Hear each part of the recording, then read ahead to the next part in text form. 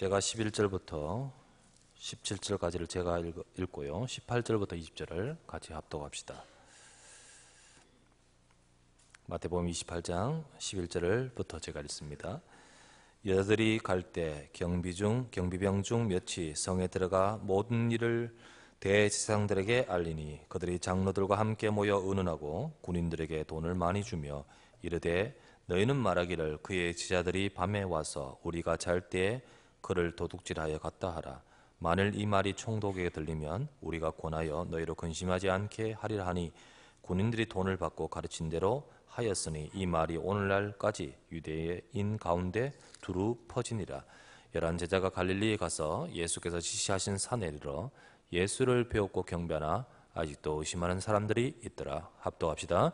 예수께서 나와 말씀하여 이르시되 하늘과 땅의 모든 권세를 내게 주셨으니 그러므로 너희는 가서 모든 민족을 제자라 삼아 아버지와 아들과 성령의 이름으로 세례를 베풀고 내가 너희에게 분부한 모든 것을 가르쳐 지키게 하라. 볼지어다 내가 세상 끝날까지 너희와 항상 함께 있으리라 하시니라. 아멘. 이 시간 우리 하나님의 말씀 먼저 생각하기 전에 우리 좀 기도하는 시간 갖도록 합시다. 오늘은 특별히 이번 주간에 있었던 우리 큰 사건이 있었습니다. 세월호 사건 때문에 우리 국민들이 다 같이 좀 마음이 굉장히 아프고, 그리고 또 무엇보다도 우리 그 부모들과 우리 저 학교의 교사들과 이런 여러 가지 많은 슬픔이 가득합니다. 많은 구출을 하려고 지금 열심히 노력하고 애쓰고 있지만은 여의치 않고요. 그런 가운데 주의 은혜가 필요할 것 같습니다. 우리 간절히 우리 한번 기도하면서요.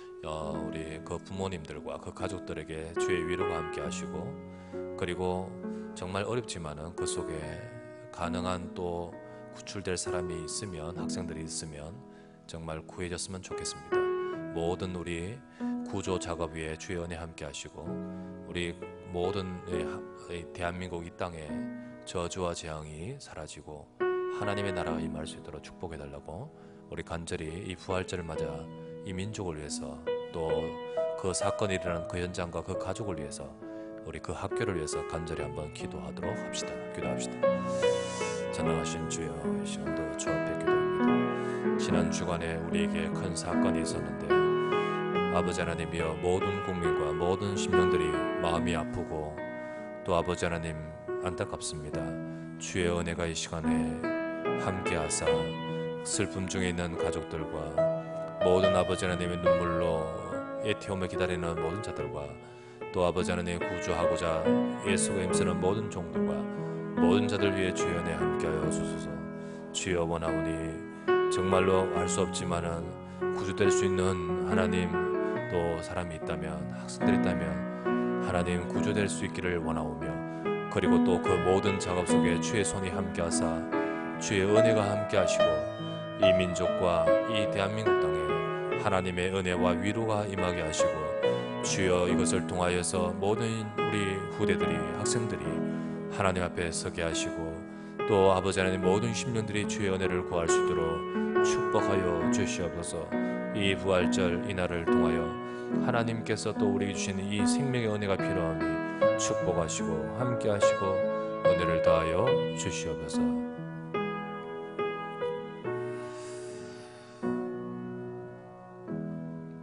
주의 은혜 감사합니다. 오늘도 아버지 하나님 우리에게 주를 향할 수 있는 시간 주시니 감사합니다.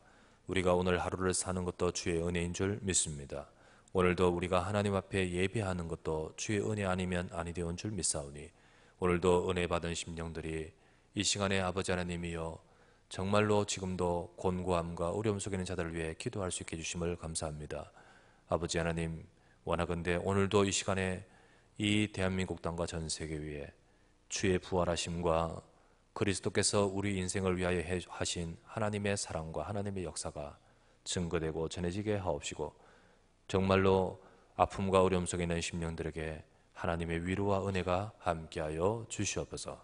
우리 구주 예수 그리스도 이름으로 간절히 기도드리옵나이다. 아멘. 오늘은 부활절입니다. 하나님께서 저와 여러분 인생과 우리를 위하여 하신 큰일 많은데 그 중에 가장 어마어마하고도 최고의 일, 그리스도의 복음의 은혜가 성취되고 이루어진 중요한 축복의 날입니다. 성경의 내용을요, 누구나 다 또 읽어보면 이해하죠. 왜냐하면 한글로 적혀 있고 글을 읽는 사람 또 읽는 사람 이해하겠죠. 하지만은 다 이해하지를 못해요. 그 말은 어렵단 말이 아니고요. 내용이 이해되는 부분이 있고 공감하는 부분이 있고 또 특별한 사람만 알게 되는 부분이 있습니다. 우리가 윤리적인 것이나 여러 가지 뭐 또 교훈적인 것들은요, 실천은 못하더라도 좋은 말씀이다 이해되지요. 정말로 네 이웃을 사랑하라 이해되지 못한 사람도 없잖아요. 정말로 이렇게 중요한 우리에게 가르침을 주는 말씀들이 불신자들도 이해한다고 하고 또 그 말씀이 좋아서 뭐 걸어놓기도 하고 또 이렇게 알기도 하고 외우기도 하겠죠. 하지만은 절대로 생명 얻어 영적인 눈이 열리지 않은 사람은 이해하지 못하는 부분이 또 믿기 어려운 부분이 성경 속에 있습니다. 그게 바로 뭐냐? 그게 바로 하나님께서 하신 창조의 역사와 그리고 이 땅에 인간을 구원하기 위해서 하신 구원의 역사, 곧 이 땅에 그리스도 예수 이 땅에 보내신 동정녀 탄생 사건과 그리고 그분이 죽으셨다가 부활하시고 그리고 마지막 재림하시겠다는 모든 뭐 중간중간에 주님께서 뭐 무리를 걸으셨다 뭐 기적을 행하셨다 이것도 물론이겠지만은 이 가장 중요한 이런 부분들은요, 사실은 자기의 경험 가지고 뭐 진짜 뭐 자기가 아무리 뭐 머리가 좋다라도요, 이거는 그런 차원으로 이해되는 부분이 아니죠. 어떤 분들은 믿고 싶은데 믿어지지 않은 고민하는 사람도 있습니다. 그런 사람도 많아요. 특히 기질과 성격이 굉장히 세밀하고 또 그 머리 두뇌 구조가 사실적이고 과학적인 사람은 주로 이게 지식인 또 이렇게 굉장히 합리성이 뛰어난 사람들은 이게 그냥 단순히 생각하지 않고 곰곰이 막 계속해서 보면서 이게 자기 머리로서는 이해가 안 되는 거죠. 그러니까 자기의 이 마음에 믿어지지 않고 또 믿고 싶은데 믿어지지 않아서 고민하는 사람들도 있습니다. 어떻게 사람이 죽었다가 부활할 수 있을까요? 오늘은 부활절인데요. 뭐 부활 믿습니다. 그런 차원으로 넘어가지 않고 이런 분들은 또 따져보는 것이죠. 어떻게 사람이 죽었다가 부활할 수 있습니까? 그죠? 맞죠? 종종 우리 사람들도요, 장례식 한다고 했다가 살아난 사람도 있어요, 갑자기. 종종 그래가지고 어떤 사람이 임사체험이라고 죽음을 체험하는 그런 경험한 사례도 있습니다. 뭐 저 아는 사람들 중에도요, 자기 그 사람이 아니고 그 사람 중에 이런 사람이 있다고 하더라고요. 죽었다가 장례 중에 살아난 사람, 그런 사람도 그게 부활입니까? 그거는 지금 부활하고는 다른 거예요. 그건 부활하고 다르요. 그건 다른 차원의 말입니다. 예수님의 죽으심은요, 십자가에서 피를 완전히 다 흘리시고 그래서 그것을 그 죽음을 확인하고자 이 군인들이 확인도 했고 창을 옆구리 심장 쪽에 찔러서 그 속에서 피가 나오지 않고 물이 나올 정도로 우리 인체의 모든 70% 수분 아닙니까? 피가 다 빠지고 물이 빠지고 그리고 죽음을 확인하고 그래서 그 시체를 무덤에서 3일 동안 장례 이후에 사실은 주님께서 돌문을 이게 굴리시고 예수님이 억지로 굴린 게 아니고요, 천사가 와서 굴렸다 했죠. 뭐 진짜 예수님이 막 진짜 죽었던 사람이요 버등버등 일어나가 그런 게 아니죠. 그렇게 함으로써 부활하셨다는 사실, 그 사건이 바로 부활 사건입니다. 예수님의 부활이요, 당시는 사실적이었고 또 실제적인 사건이었어요. 지금은 우리가 이 말씀을 통하여서 보지만 그때 그 시대에 주님이 십자가에 못 박히는 것을 보고 그 무덤에 넣은 것을 보고 그러면서 그 어마어마한 이 예루살렘에 있었던 그 사건을 동시적인 경험으로 했던 사람들은, 그런데 그 시대에 그때 예수님 부활은요 그들에게 실제적인 사건이었습니다. 그러다 보니까 그것에 대해서요 반응이 세 가지가 있었어요. 반응이, 그 첫 번째 반응이 뭐냐, 오늘 성경에 제가 읽었잖아요. 도둑 맞았다는 거예요. 도둑 맞았다. 훔쳐갔다고 하라라고 하면서, 왜? 없어져 버렸기 때문에, 무덤이 비어버렸기 때문에 도둑 맞았다고 이거를 주도했던 사람들은요 난처하잖아요. 그래서 도둑 맞았다고 하라고 하면서 돈을 주면서 이거 우리가 처리할 테니까 하라고 하면서 그런 또 그런 반응이 있었습니다. 또 그런데요, 도둑 맞았으면 죽었다는 이야기인데요, 죽은 시체만 훔쳐갔다는 이야기인데, 그런데 나중에는 자꾸 봤다는 사람이 나타나는 거예요. 그래서 그 다음 뭐라 하냐면 잘못 봤다고 해라, 환상, 환상을 봤다고 하라 라면서 그런 반응을 가지고요, 그런 설이 있었습니다. 그래도 또 계속해서 봤다는 사람이 봐도 한두 사람 봐야지. 이 계속해서 막 사람들이 보니까요, 만나니까요, 나중에는 어떻게 합니까? 안 죽었다고 해라, 덜 죽었다고 해라. 덜 죽었다. 덜 죽었다가 살아나왔어 지금 이랬다고, 이렇게 그런 반응으로 했던 거예요. 그 모든 것들은 결국은 주님이 죽지 않고 살아계신다는 부활에 대한 반증인 거예요. 반증. 이 모든 것들은 오늘날에는 어떤 신학자들은요, 또 주로 이렇게 자유주의 신학자들, 정말 이게 합리성의 근거에서 성경을 보지 믿음의 근거에서 보지 않는 사람들, 합리성 가지고 창세기 1장 1절을 어떻게 따져보겠습니까? 어떻게 부활을 따져보겠습니까? 그러나 그 입장에서 성경을 가지고 운운하며 신학, 학문적으로 하는 신학자들은 이 예수님의 부활을 어떻게 개념으로 설명하느냐 하면요, 이거는 정신적인 부활이지 진짜 부활 아니다. 교훈에 대한 그 어떤 윤리적 부활이지. 무슨 말입니까 그 말이? 진짜 사람이 어떻게 부활하겠냐. 예수님의 가르침이, 예수님은 죽었어도 그 가르침과 사상이 후대에 생생하게 전달되는 그것 차원에서 부활이라고 하는 것이다. 말은 정말로 잘 끼워 맞추죠. 그렇게 합니다. 여러분, 이 모든 것들은요, 이해는 됩니다. 이 모든 것들은요, 사람이 부활할 수 없다, 맞죠? 부활할 수 없다는 우리의 경험적, 그리고 우리의 과학적, 모든 우리의 근거한 지식에 의해서는요, 이게 맞는 거예요. 사람이 어떻게 부활하겠습니까? 당연하지요. 하물며 오늘 볼 때는요, 제자들도 의심하는 자가 있더라 했지 않습니까? 함께 그 예수님과 함께 했고, 그리고 예수님의 만나고 있던 그 제자들도 의심하는 자가 있다라고 했는데요, 하물며 그런데요.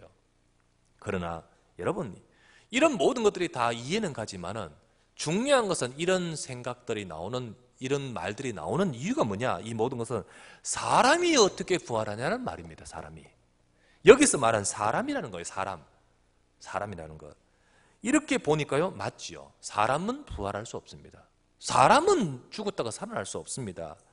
그러나 예수님은 그냥 한 사람이 아니십니다. 사람이라는 차원에서 보니까 예수님의 부활을 못 믿는 거죠. 안 믿어지고 인정이 안 되는 거죠. 예수님은 누구십니까? 우리와 똑같은 한 사람이 아니죠. 예수님은 하나님이 사람이 몸을 입고, 하나님이 육신의 몸을 입고, 곧 더 확실하게 말하면 제2위 하나님인 성자 하나님께서 사람의 몸을 입고 이 땅에 약속대로 이 땅에 오신 분이 바로 예수님이시죠. 바로 이 땅에 그리스도로 오신 분이 예수님이십니다. 부활이라는 것은요, 그냥 어떻게 사람이 이렇게 보면 절대로 이해할 수 없죠. 그러나 예수님이 누구신가, 그분이 누구신가를 제대로 알 때 참으로 제대로 이해도 되어지고 믿어지는 거예요. 그리고 그 속에 있는 참 축복을, 우리가 그 속에 있는 참 의미를 알게 되고 누려질 수 있습니다.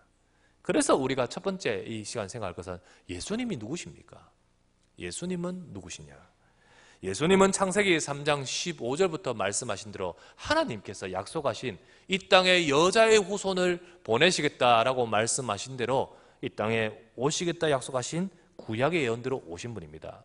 이사야 7장 14절에는 처녀가 잉태하여 아들을 낳을 것이니 그 이름을 임마누엘이라 하리라 라고 하시면서 우리에게 말씀하셨고, 이사야 9장에 보면 한 아기가 우리에게서 왔다 했습니다. 그 이름은 기묘자여 못살아 전능하신 하나님이시라 라고 하면서 계속해서 한 분 태어나실 분에 대해서 말씀하고 있습니다. 구약의 예언은 그분이 오시겠다 하셨는데 그 예언대로 오신 분이 오시겠다 하신 그리스도가 바로 누구시냐? 예수님입니다. 요한복음 1장 14절에 예수님을 일컬어 하는 말이 뭡니까? 말씀이 육신이 되어 우리 가운데 거하시매, 말씀이 육신이 되어 우리 가운데 거하시매, 우리가 그의 영광을 보니 아버지의 독생하신 하나님, 독생자의 영광이요 은혜와 진리가 충만하더라. 우리가 아기를 볼 때 너무 잘생겼다, 그런 차원의 아기가 아니라는 거죠. 누굽니까? 말씀이 육신되어 우리 가운데 거하시매, 아버지의 독생자, 하나님 아버지의 독생자의 영광이요 은혜와 진리가 충만하더라 라고 하셨습니다. 이처럼 예수님은 그냥 사람이 아닌 이 땅에 하나님이 사람의 몸을 입고 오신 그리스도십니다. 그러면 그리스도가 오신다고 하셨고 오셨다 했는데 그리스도가 왜 오신단 말입니까? 우리 인간이 원래 창조의 축복을, 창조 때 우리가 가진 축복을 다 잃어버리고 창세기 1장 27절에 하나님의 형상을 따라 창조된 우리, 하나님은 함께하며 하나님 안에서 모든 축복을 누릴 자로 창조된 우리가 그 축복을 다 잃어버리고 문제 속에 처해져 버렸습니다. 이것은 단순한 어떤 일어난 문제가 아니고 영원한 멸망을 초래한 문제였습니다. 인간에게 죽음이 들어오고 인간에게 고통이 들어왔습니다. 무엇 때문입니까? 하나님 앞에 범죄했기 때문입니다. 무엇 때문입니까? 하나님 말씀을 듣지 않고 마귀의 말을 들었기 때문입니다. 무엇 때문입니까? 결국은 그렇게 함으로써 우리 인간이 하나님과 함께 될 자리를 떠나버렸습니다. 인생은 그 이후로 죄와 마귀에게 잡혀 하나님을 잃어버린 인생이 되어버렸습니다. 이 이후로부터 우리에게 죽음과 고통이 와버렸고요. 임해져 있고 그 속에서 살아가는 인생이 된 것이 바로 인생의 모습입니다. 하나님은 처음부터 여기서 우리를 건지실 계획을 갖고 계셨고 이 계획을 따라서 그리스도를 보내시겠다고 약속하신 것입니다. 바로 그가 오시겠다는 이유가 뭡니까? 그가 오셔서 이루실 일이 있는 겁니다.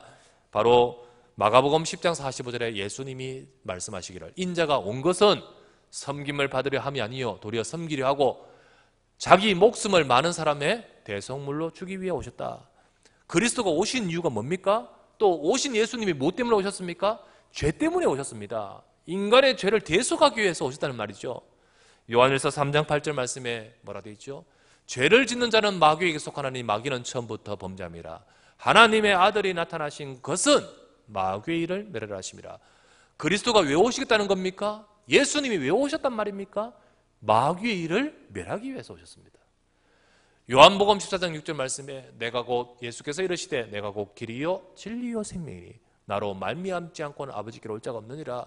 그리스도를 왜 보내시겠다는 겁니까? 예수님은 왜 오셨습니까?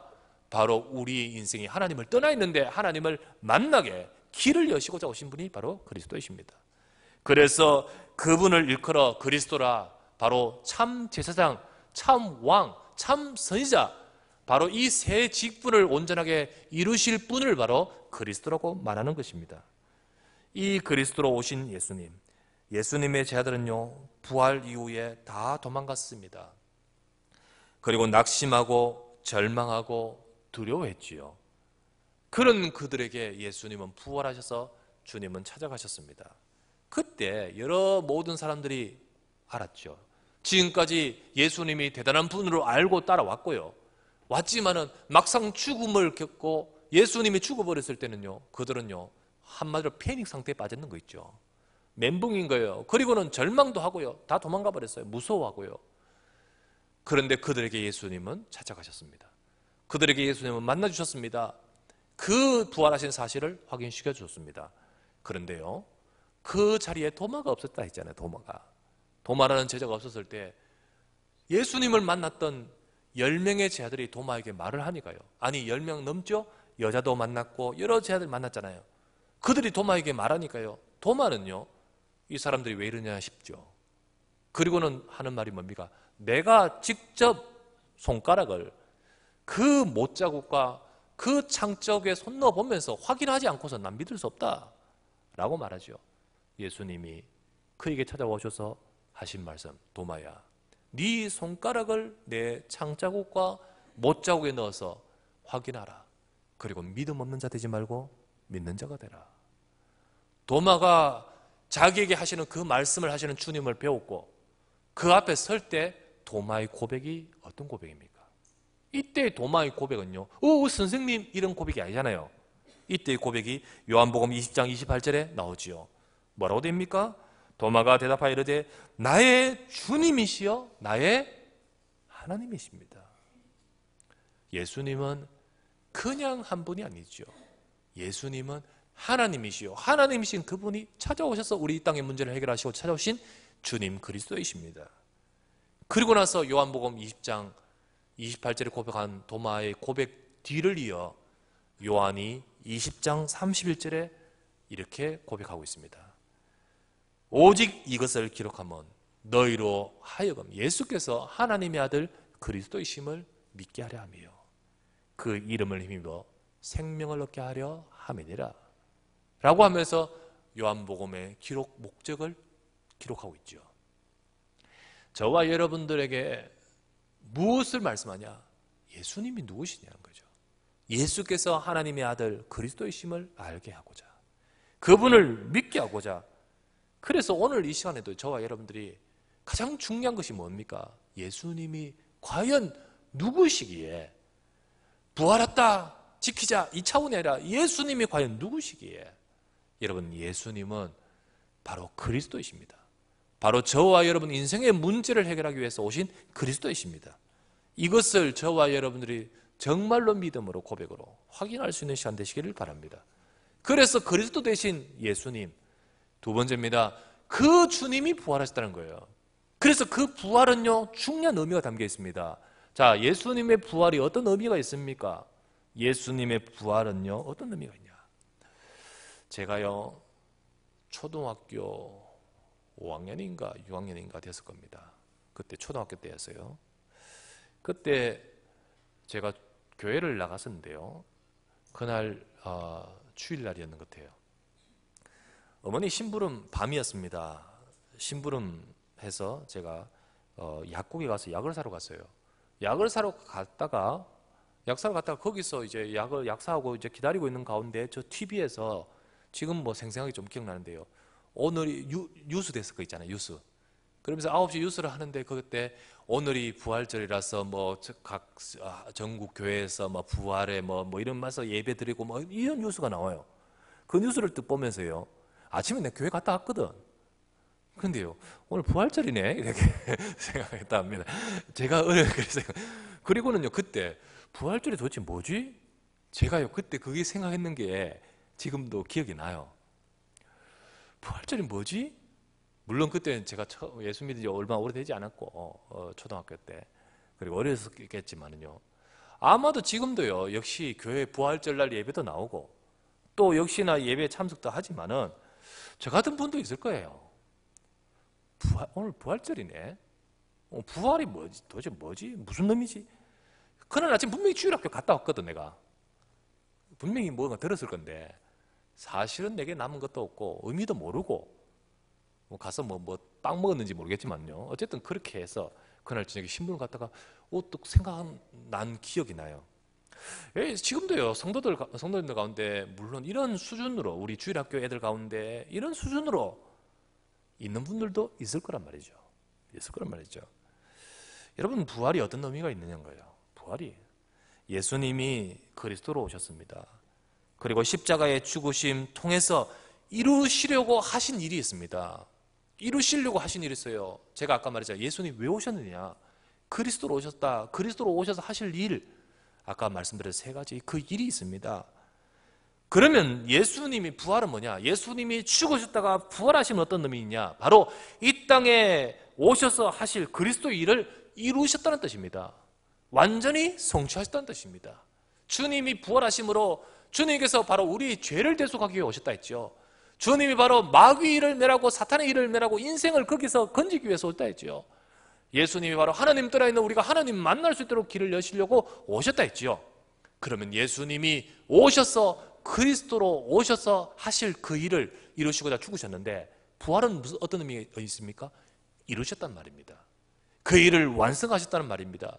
완전히 해결하셨단 말씀입니다. 사람은 누구나 다 죽습니다. 죽음 중에는요 갑작스러운 죽음도 있고요, 또 안타까운 죽음도 있습니다. 우리가 이번에 세월호 사건을 수요일 아침에 들었을 때요 너무 크게 놀랐습니다. 그리고 그 숫자를 보면서 너무 놀랐고, 그 대부분이 또 학생들이라는 사실을 보면서 너무 안타까웠습니다. 또 부모들은 얼마나 안타까우며, 사실 그렇잖아요. 아침에 수학여행 간다고 보냈을 거 아닙니까, 그 전날. 그리고요 그렇게 함으로써 다 보냈을 것인데, 이게 하루아침에 듣고 보니까요 사늘한 시신으로 돌아오기도 하고 지금 거기 갇혀있다고 부모들이 생각하니까요 도대체 어떻겠습니까? 그 어느 누구도요 결국에 찾아오는 죽음을 피해갈 수 없는 거예요. 이렇게 죽든 저렇게 죽든 죽음을 피해갈 수는 없는 겁니다. 역사에는 영웅도 있습니다. 권력자도 있습니다. 돈 있는 재벌도 있습니다. 지식 있는 석학도 있습니다. 하지만 그 자신의 능력 가지고 자신이 가진 것 가지고 아무래도 안 되는 것은 바로 이 부분입니다. 절대로 이 부분은 피해갈 수 없습니다. 세월호 사건을 이렇게 보면서요, 그렇게 거기 고등학생 2학년까지 하려면 공부 잘한 놈도 있겠고 안 하는 놈도 있겠지만은요, 그 자리까지 가려고 공부하려고 바둥바둥 했던 학생들 무슨 의미가 있을까요? 그걸 딱 보면서요, 진짜 중요한 것은 어떻게 보면 공부도 물론 우리는 중요하지만은 어떻게 보면 진짜 건강하게 사는 것도요, 큰 감사한 것이다라는 생각이 들고요. 더더욱 중요한 것은 참 하나님이 지켜주셔야 되겠다. 하나님이 은혜 주셔야 되지 않겠냐. 그러지 않고서 우리가요, 그걸 다 배제한 채 이놈 잘 되라고 막 해도 사실은 무슨 의미가 있습니까? 그죠? 무슨 의미가 있습니까? 이러한 인간의 죽음과 고통, 아픔, 아무도 피해갈 수 없고 또 지금도 당하고 있는데, 그 모든 원인은 바로 창세기 3장에서 일어났던 근본 문제인 바로 죄와 사단과 하나님을 떠나면서부터 우리 인생에 찾아온 것입니다. 나는 왜 이럴까? 내 인생은 왜 이럴까? 사실은 여기서부터 찾아왔고, 또 이 문제 해결되지 않는 이상은요, 인간은 계속해서 고통 속에서 있을 수밖에 없습니다. 바로 이 문제를 해결하시고자 오신 분이 예수 그리스도이십니다. 그 예수님이 하나님의 위치에서 영광만 받으실 수 있는 분인데도 그러지 않으시고 이 땅에 오셔서 죽으신 것은 바로 이 문제를 해결하시기 위함인 거예요. 그리고 나를 대신하여 당하신 죽음이셨습니다. 그리고는 거기서 끝나지 않으시고 거기서 부활하신 것은 나를 위하여 이루시고자 하신 그 모든 것을 이루셨고 성취하셨다는 사실인 것입니다. 베드로전서 3장 18절 말씀에 그리스도께서도 단번에 죄를 위하여 죽으사 의인이시지만 의인으로서 불의한 자를 대신하여 죽으셨으니 이는 우리를 하나님 앞으로 인도하려 하십니다. 우리를 하나님 앞으로 인도하려 하십니다.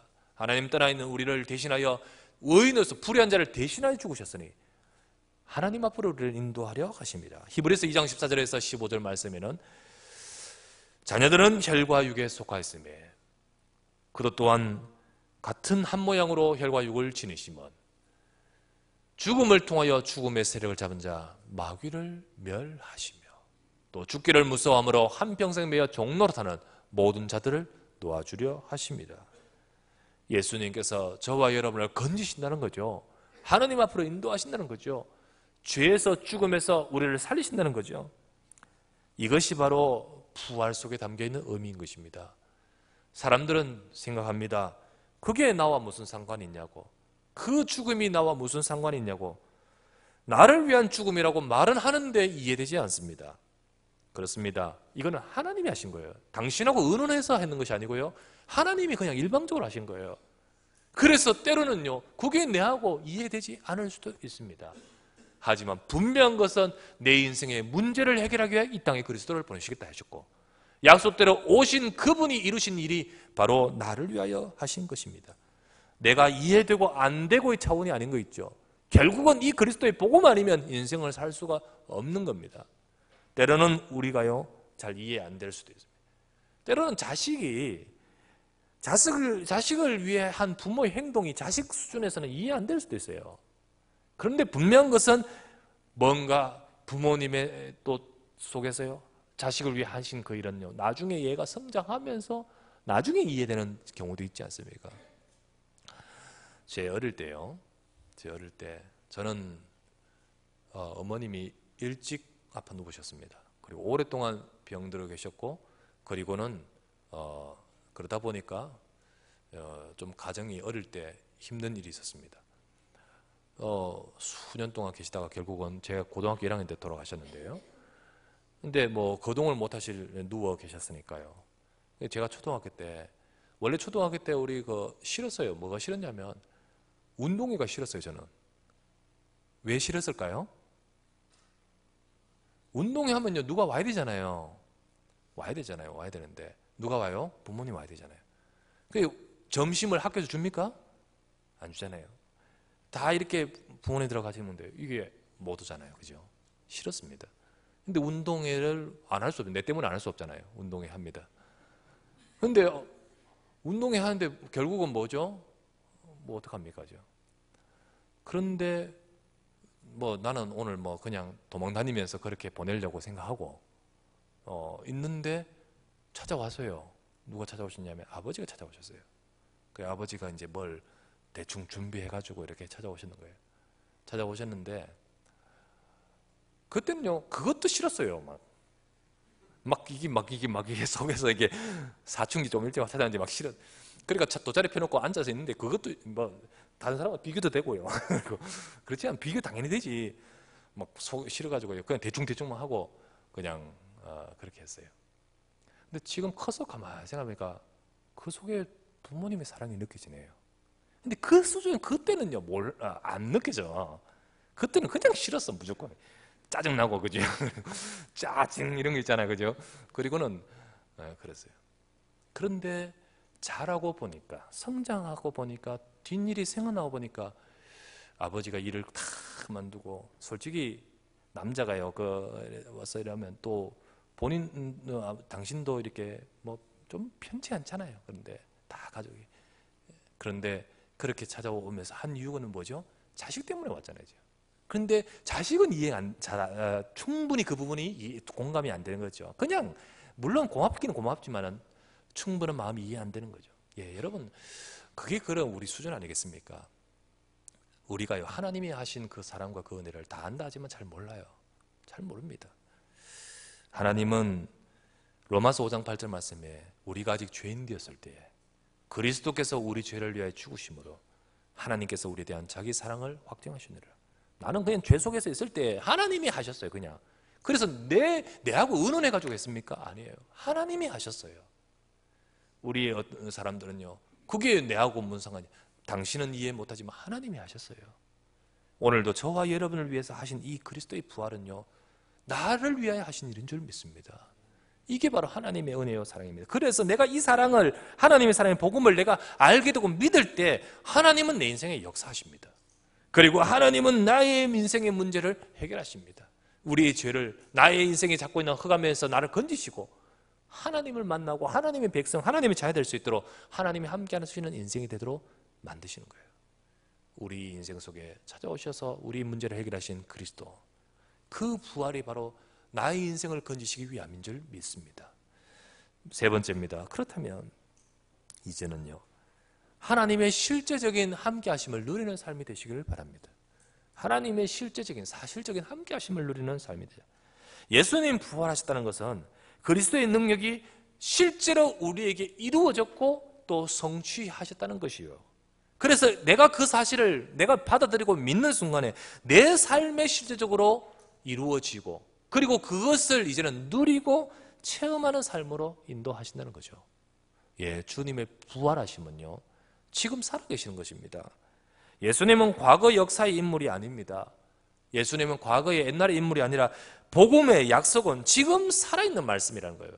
예수님의 부활은요 정말로 지금 살아서 역사하시는 말씀을 보여주는 것입니다. 그래서 오늘도 나에게 성취되는 약속입니다. 성취되고 이루어지는 약속이에요. 예수님은 지금 그리스도께서 완성하신 그 일을 지금 이 시간에 성령으로 우리 가운데 함께 하시면서 역사하고 계십니다. 이 사실을 우리가 우리의 삶 가운데 하나님 백성들은 누려지고 체험되어야 되는 것이에요.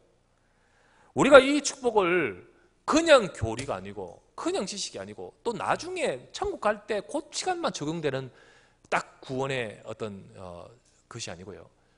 지금 구원받은 하나님 백성에게 사실적으로 지금 함께 하시면서 역사하시는 약속입니다. 내가 이 축복을 내 삶 속에서 누리며 또 주께서 실제적으로 우리와 함께 하심을 누리는 삶이 되어야 되겠는데 그렇게 되기 위해서 어떻게 해야 되냐? 어떻게 해야 될까요? 주님은 분명히 약속하셨죠. 오늘 말씀에도 마태복음 28장 20절에 부활하신 주님이 뭐라 하셨습니까? 마지막에 내가 세상 끝날까지 너희와 항상 함께 있으리라 하셨습니다. 왜? 부활하셨기 때문에 그분이요 끝날까지 함께 하겠다는 거죠. 약속을 믿는 자에 위해 함께 하겠다는 거죠. 지금 주님은 분명히 예수 그리스도의 약속을 믿는 저와 여러분이 함께 하시겠다는데 그렇다면 우리는 이 약속대로 우리의 삶이 그렇게 되어야 되고 이 약속대로 우리의 삶이 그 축복을 누리는 삶이 되어야 되지 않겠습니까? 그러면 어떻게 내 삶의 이 약속대로 주님을 사실적으로 체험하고 실질적으로 누리는 삶이 될 수 있겠냐는 거죠. 바르게 살라? 거룩하라? 경건하라? 충성을 하라? 필요합니다만은 가장 근본적인 것은 그게 아닙니다. 근본적인 것은 세 가지입니다. 여러분, 그리스도 안에 있는 하나님의 백성인 저와 여러분들은 첫 번째, 오늘이라는 시간 속에 하나님 말씀 붙드시길 바랍니다. 오늘이라는 내 하루 이 시간 속에 하나님이 내게 주시는 말씀을 붙들어요. 말씀을. 하나님은 말씀으로 역사하고 계십니다. 하나님은 내게 말씀을 주셔서 그 말씀이 멀리 있지 말고 내 속에 있어야 돼요. 그 말씀을 붙들어요. 말씀을 내가 누려요. 붙들어요. 그것이 바로 하나님이 역사하시는 비밀을 내 삶 속에 체험하는 비밀입니다. 두 번째는 뭐냐? 오늘 바로 전에도 말고, 전에 기도 많이 했는데 말고, 오늘 내가 짧은 시간이라도 오늘 하나님을 바라보고 기도해요. 그게 바로 오늘 정말 지금도 살아계시고 역사하시는 하나님을 내가 누리고 체험하는 비밀입니다. 그래서 여러분들이 정말 오늘 내 모든 삶 가운데 조금만 주님 바라보고 기도하면서 하나님을 구해보세요. 우리가 이 시간은 그냥 어쨌든 지나가는 시간인데 하나님 전혀 바라보는 기도 없이 지나가는 것과 내가 조금 그게 뭐 하루 종일 할 수 있습니까? 잠시만이라도 내가 하나님 앞에서 말씀을 되새기고 붙들고 기도하는 것은 엄청난 차이가 있습니다. 물론 내가 하나님 앞에 말씀 놓치고 있고 기도하지 않아도 하나님은 함께 하십니다. 하나님이 함께 하시면 분명히 있습니다. 그러나 그 하나님을 함께 하시는 것을 사실적으로 체험하고 누리는 것은 안 되는 거예요. 내 입장에서, 내게서. 내가 오늘 나의 삶 가운데 하나님의 말씀을 붙들고 기도의 시간을 가지고 함께 하시는 비밀을 누리는 비밀을 가지시기 바랍니다. 그러면서 오늘 전도의 응답이에요. 하나님은 지금도 십자가에 죽으셨다가 부활하시는 그 모든 사건을 통해 하신 일이 뭡니까? 세상을 살리는 것 아닙니까? 지금도 이것을 위해서 성령으로 역사하시잖아요. 그렇다면 오늘 나를 통하여 하시는 구원의 역사, 전도, 이거를 우리가 응답받아 가야 되는 겁니다. 그럴 때 하나님의 말씀은, 또 하나님의 부활의 역사는, 오늘도 주님의 역사는 그냥 머나먼 이야기, 저 어디 다른 이야기가 아니라 나의 삶 속에서 생생하게 살아 역사하시는 응답으로 체험되게 되는 겁니다. 특별히 문제 있습니까? 특별히 정말로 아픔이 있습니까? 이 속에서 이걸 두고 기도해요. 이 속에서 이 부분을 두고 하나님 앞에 아뢰세요. 하나님은 그 모든 가운데 역사하시고 응답하십니다. 오늘도 부활하신 그리스도께서 저와 여러분의 인생을 살리기 위해서 이루신 그 부활하신 그리스도께서 성령으로 지금도 함께 하시고 역사하심을 기억하시고, 우리는 그 부활 속에 담겨있는 나를 향하신 하나님의 크고 놀라운 하신 일, 그거를 붙들고 이 축복을 나의 것으로 체험하고 누릴 수 있는 또 여러분의 모든 삶이 되시기를 주의 이름으로 축원합니다. 하나님 감사를 드립니다. 오늘도 주의 사랑하는 종들이 함께 모여 주의 말씀 앞에 서고 예배하게 하시니 감사합니다. 주는 그리스도시요 살아계신 하나님 아들이셨습니다. 오늘도 아버지 하나님이여 그리스도께서 이 땅에 오셔서 우리의 모든 죄를 위하여 십자가에 죽으셨다가 하나님이 그리스도로서 하실 일을 위해서 십자가에 죽으셨다가 부활하심으로 그 일을 완성하시고 다 이루시고 내 인생을 멸망에서 건지신 줄 믿습니다. 이 그리스도의 약속을 붙드는 우리의 삶에 하나님이 함께하사 지금도 분명히 우리 인생의 역사하심을 말씀하시오니 주여 이 축복을 사실적으로 실제적으로 누릴 수 있도록 하나님이여 역사하여 주시옵소서. 오늘도 이 시간에 부활절을 맞아 주 앞에 예배하며 주의 약속을 붙든 심령들마다 부활하신 주 예수 그리스도 그 언약을 붙들고 정말로 내 삶 가운데 오늘 하나님의 말씀, 오늘 기도, 오늘 전도 속에 하나님의 사실적인 함께 하신 역사를 체험하는 오늘이 되고 우리의 삶이 되게 축복하여 주시옵소서. 우리 구주 예수 그리스도 이름으로 간절히 기도드리옵나이다. 아멘.